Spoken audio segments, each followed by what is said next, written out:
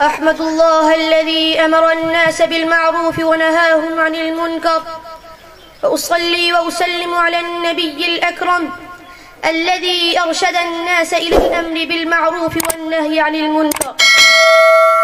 أما بعد، قال الله تعالى: ولتكن منكم أمة يدعون إلى الخير ويأمرون بالمعروف وينهون عن المنكر. صدق الله العظيم. رئيس الحفلة المؤقر وسادة البررة وزملاء الصالحين، إني أتمنى أن أخطب بين أيديكم خطبة يسيرة وجيزة حول الموضوع دور العلماء في إصلاح المجتمع.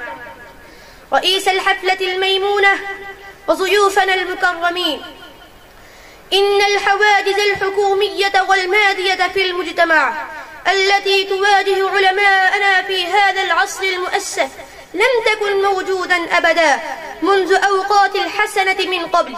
أية حضارة كانت موجودة من قبل كانت تحت أمر الرحمن، سواء كانت حضارة مسيحية أو إمبرالية أو يهودية أو شركية أو رومانية، كان من السهل الحديث عن الله فيها، لما كانت تبتنى على نظرية الإله والانكسار له. أما الفساد المتسرع إلى المجتمع اليوم فإن الحضارة الغربية قد سادت عليه وسيطرت، والحضارة الغربية من مبادئها التحرر من كل شيء حتى من الدين نفسه، فلا مكانة فيها لنظرية الإله لا في السياسة والأخلاق. هي الهيمنة الهائلة للحضارة الغربية التي تشمئز من السياسة والأخلاق. وفي مثل هذه الأزمنة أحكم العلماء البيئة الاجتماعية الإسلامية وحضارتها. إن استمرار جهود الإصلاح والتثبت بمبادئها بنجاح هو دليل على الدور العظيم للعلماء. رئيس الحفلة، من هنا سأقدم في خدمتكم دور العلماء في إصلاح المجتمع في ضوء الحقائق وخوف الغرب من جهودهم الجبارة.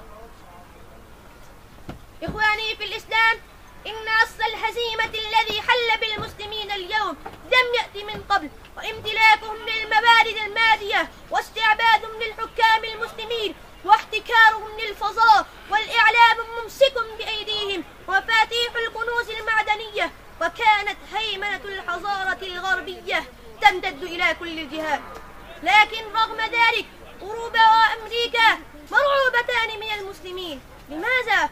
وذلك لأن علماء الإسلام أصلحوا المجتمع في الإسلامية بأقل الحاجات المادية، وأنهم دافعوا عن الشعار الثقافية الإسلامية في المجتمع.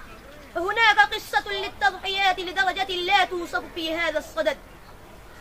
يا أحبائي، ترى أوروبا في تاريخ كامل هيمنتها الثقافية إنها ابتلعت كل حضارة. لقد جمدت عملية حضارتها بجعل العالم الققرية، لقد هضمت معظم الحضارات العالم القبية، لقد سحقت المسيحية ودمرت اليهودية وحاصرت الهندوسية البوذية بجدار. ولكن على الرغم من كثرة نقاط الضعف في الحضارة الإسلامية،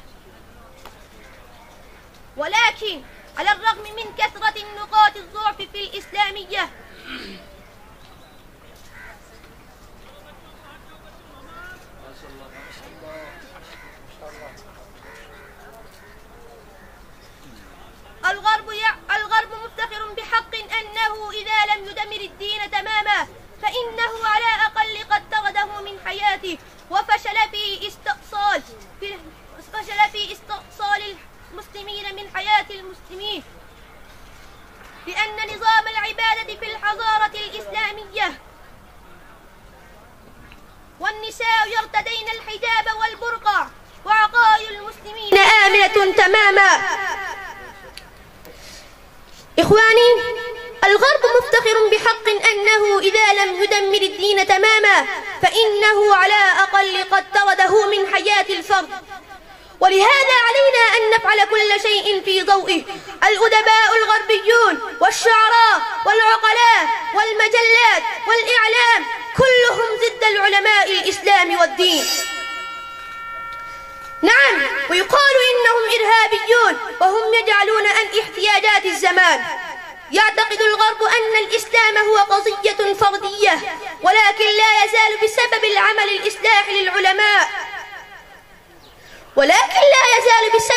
الإصلاحي للعلماء فإن الغالبية المسلمين يريدون أن يكون نظامهم في السياسة والإعمال وفقا للنظام الإسلام.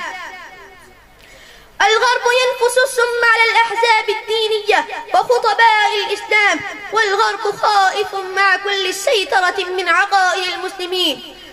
إن الغرب ينشر إسلاموفوبيا في الغرب، ولكن كل دعاية لهم باءت بالفشل بسبب دور العلماء وجهودهم. هذا الموضوع طويل جدا ولكن الوقت قصير. أستأذن بهذه الكلمات. جزا الله تعالى علماءنا في إصلاح الأمة، وآخر دعوانا أن الحمد لله رب العالمين.